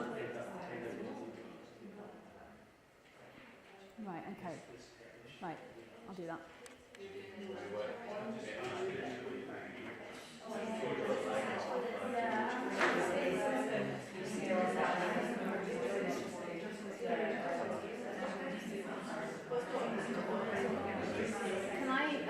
Can I bring this up right here? This is a book which somebody has texted in and say they want to know more about it. This is good if you're going to do the MSc. It's very well written, and it might be useful for when you do deaf studies as a mini project. It's a lovely book. Can I just have one of those books? I just need to hold them up for the people who are not here. I'll bring it back in a minute. This book here, Introduction to Speech, Language and Literacy, is recommended for the Language and Communication course. It's also an e-book, But if you like books, I would recommend this one. It's very general, but it's also got things about deaf children. And of course, we're looking at spoken language development, sign language development. So this is a textbook which I would recommend. Maybe your service might like to buy it. Now, there's one more book. Where's that other book gone? Oh, yeah, I'll get it, yeah.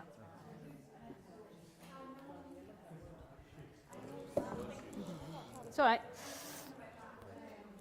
I'll just borrow this and I'll bring it back in a minute. And I'm going to give him a little talk about this as well.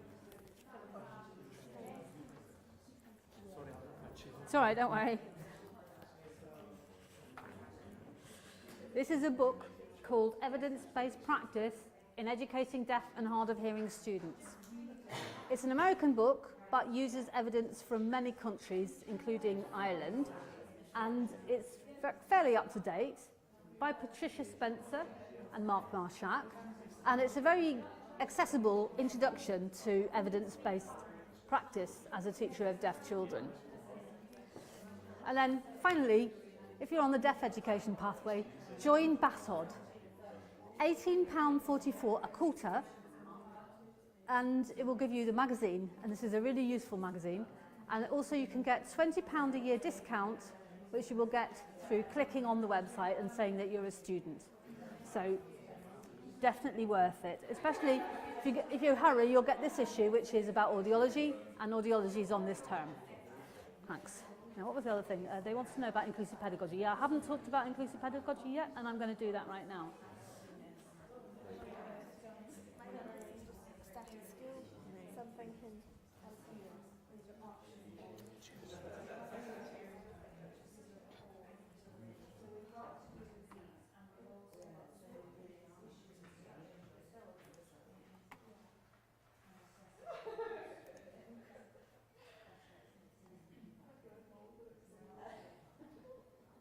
Okay then, I have got some questions which have come in from out there, and maybe you've got some more questions now you've been having a chat to your neighbour. One of the questions has been about inclusive pedagogy, and I'm sorry I haven't gone over this again because it is a little bit complicated on the timetable. So on the dates and times of courses you can see inclusive pedagogy, and it has got quite a complicated attendance pattern. When you look at it to start with, you think, oh gosh, what is going on? That is because we have got some full-time students who are doing it on campus every week, and we have part-time students who are doing it at home every week in their own time. So, the 14th of September, that is tomorrow, is the induction day. So if you've not signed up for it yet, it's probably a bit late to think about it. But I think there's a number of you here who are going to do it. Who's going to do it? Just put your hand up. Yeah, there's a few of you who are going to do it. You will have two teachers, Holly and Andrea, and tomorrow all of the students will be together, the full-time and the part-time, and you're there all day with a lunch break. And then the full-time students will meet every week 10 to 12 on a Wednesday, and you can see there's a week off, which is roughly around the October break for Scottish teachers. And then there's another day when everyone comes back together, 16th of November, again a Friday, everyone together, full-time and part-time. Now, the part-time students are going to be online. Can you see it says here, online part-time, time to be confirmed. Now, the way that Holly and Andrea run this is that they usually like to fix a time or two times that suits the people. So that actually, it's not like sources of knowledge when you do it whenever you want. There will be a time or two times a week when you go online and the teacher will be online too. So you can actually talk to them straight away and get a response straight away, which is a bit more satisfying sometimes than waiting. But it will be a time to suit you. Some people have young children, they can't do 4 till 7. Other people are the opposite. So because there are two teachers, I think they're quite flexible about this. So it might be that they offer 2 times. Or they might offer one definite time and one time when you can just do it whenever you want. Okay? So the first meeting of that is tomorrow. And Marie, do you know the room for that? Tomorrow? No, sorry, Rachel, not touching my head, but I'll find out.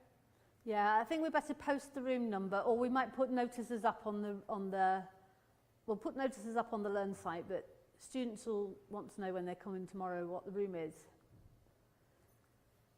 I'll follow that up. We'll put it on the Learn site. We'll do it as an announcement. Oh, right. So if we go into inclusive, let me just see if I can do this. Okay. Let's just go in the official way. I put into Google, Inclusive Education Edin. I go into the website. I go to the section that says Structure of the Programme. I go to the course that's called Inclusive Pedagogy. I click on that and I get through to the course information. Then I click on Timetable. And it tells you it's in Charterist Land, which is the building over there, 2.02, that means it's on the second floor, and it is starting at 10 o'clock, induction meeting tomorrow. And then the people who are full-time are going to be meeting there, and then the last one, which is on Friday, week 9, is Charterist Land 5.02. So there we have it. It is quite possible, I'll just run that through that again, just so you can see how I got there. Put into Google, Inclusive Education Edinburgh. Click on the course information. Click on Structure. Click on the course you want, Inclusive Pedagogy, and then click on Timetable. And then it will be revealed to you. Although actually, for a lot of people who are teachers, semester 1, week 1. Which, this timetable learn that might be a bit more transparent about. Where? On the general learn page. The general learn page. I think I'm on the general learn page. Perhaps in the focus area, semester 1 timetable. Oh, yeah. Yep. That's the same. Oh, yes, the rooms are there. Oh, good. But that one isn't the one that's up on the website. Could it be?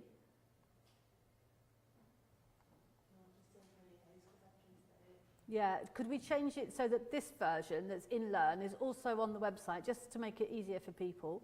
Would that be possible? I quite agree, there are several ways of finding the information, but for new students, they just don't always know where to look yet. Okay, I think that's answered both of the questions that have come in from outside. Anyone got any questions here since you've been having a chat? I'm wondering for the deaf education, the suggested programme for sequence courses. The suggested programme is, if you've got the time to do it, start with sources of knowledge. And we've timetabled audiology to be late in the semester for that reason. So you've actually got very little overlap. You might have to hurry up with your assignment to get it in before you start the next one. So sources of knowledge would be advisable, and audiology. But if you can't do that and you want to take things a bit slower, I would say just do sources of knowledge this semester and then come in for the first 20 credits next semester. Next semester, I would say language and communication. If everything is going well and you have a qualified teacher of the deaf in your workplace as a mentor, then I would say sign up for the placement course too, because the first placement is 4 weeks in your own workplace. By 4 weeks, I mean 20 days, in case you work part-time. So it has to be 20 days. But you can fit that in after you've handed in your language and communication assignment. So if your authority can do it, it would be a very good idea to do your internal placement in the first year. And then the end of next year, like say the summer term of next year, you could finish off and do the external placement, and that would be in a different setting. Usually, I'm hoping a different authority. So if you teach Peri now, which many of you are doing, I would like you to go for your external placement to a resource school or a deaf school. If you're doing a resource school, I'd like you to do Peri. If you're trained as a primary school teacher, I would like you to support secondary, etc. If you don't know very much sign language, I would like to put you in a sort of setting which uses sign language, or at least sign-supported English. So I'm trying to get you to become more of a generalist so that you can cope with the range. There's a very big range of settings in deaf education. But we'll talk that through in the tutorial groups. And on the deaf education pathway, we have a number of online collaborate sessions which you can join in, that's in the handbook, where you can talk face to face with me. It'll be like a group tutorial. And you can also, of course, have phone tutorials or face-to-face tutorials when you're in. I tend to do a lot of face-to-face tutorials on the blocks. Like audiology, I'll be doing some at lunchtime. I might do one before, I'll do some after. So I'll get to see you. We've actually got a lot of new starters this year on the Deaf Education Pathway. We've got 17 new starters, which is really great. And so that means I'll need to be doing a lot of tutorials to get round it all. Okay, any other questions? Thanks for that question. The placement's 20 credits. The placement's 20 credits, and the first placement is in your own workplace, and usually in the first year. So that could be within one semester, you've got language and communication. I think give in your language and communication assignment first, and then start the placement. Don't try and do 2 at once because it's too much work. So summer term is a good time for doing placements.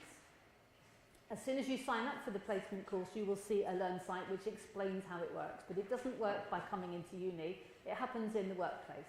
And we have 4, at the moment 4, but hopefully soon 5 or 6 placement tutors who will visit you, and they will see what you're doing on placement. And you'll also have a mentor on placement. So I'll just go in quickly into that Learn site so you can see what it looks like.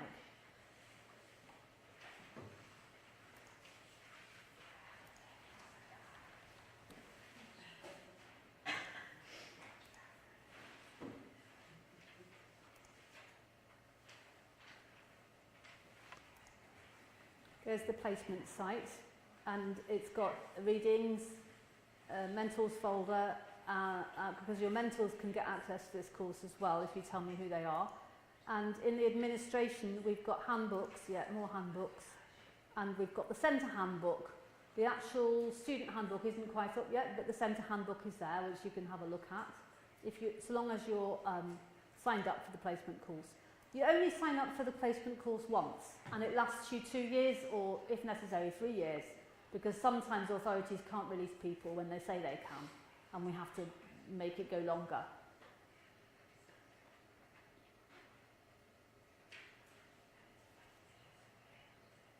Any other questions that have come up since you were having that chat to each other?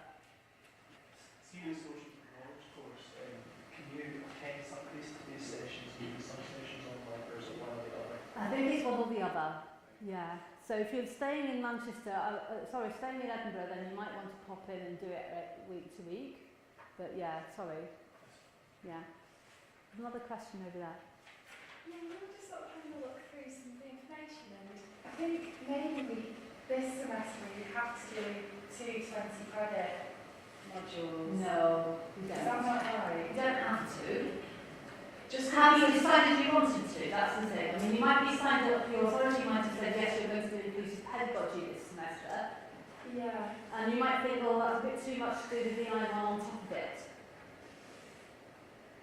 I Well, think it's perhaps because some of the courses are only offered on the alternate years. that's right, they are. VI and deaf specialist courses are offered on every 2 years. So, are you going for inclusive pedagogy this semester? Well, we haven't signed up to it yet. Well, that's fine then.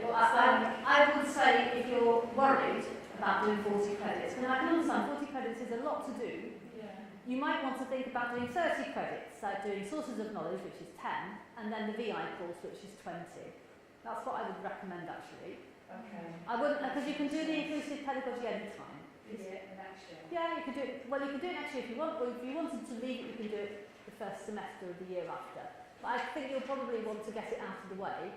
If you want to get the whole qualification done in 2 years, you might decide next semester 1920, that you're going to go for 40 credits, because by that time you've got a little bit more idea about how we study here. Okay. I think it's a bit daunting to start off with 40 credits in semester 1. Yeah. I thought so too. Yeah, I would go for 30 if I were you. Okay. Okay, any other questions? Because what I'm planning on doing now is doing a short trip around the campus, just to show you some of the key buildings, and that will be the end. It's not compulsory, you might know Murray House already, but if you'd like to have a look round, I'm going to show you the library, I'm going to show you Blackwell's bookshop, because there happen to be, it's Welcome Week, so they're here in the Student Services building. I'll show you that. And I'll show you the main buildings where you're going to be studying. Yeah. Would you like to get a list of people that are intending to do exclusive pedagogy tomorrow? I think Adam's auditor. That's a good idea. Okay, just one more thing that Marie has raised with me. Who is planning on signing up for inclusive pedagogy starting tomorrow? And put your hands up. And We had initially... oh, you don't want to?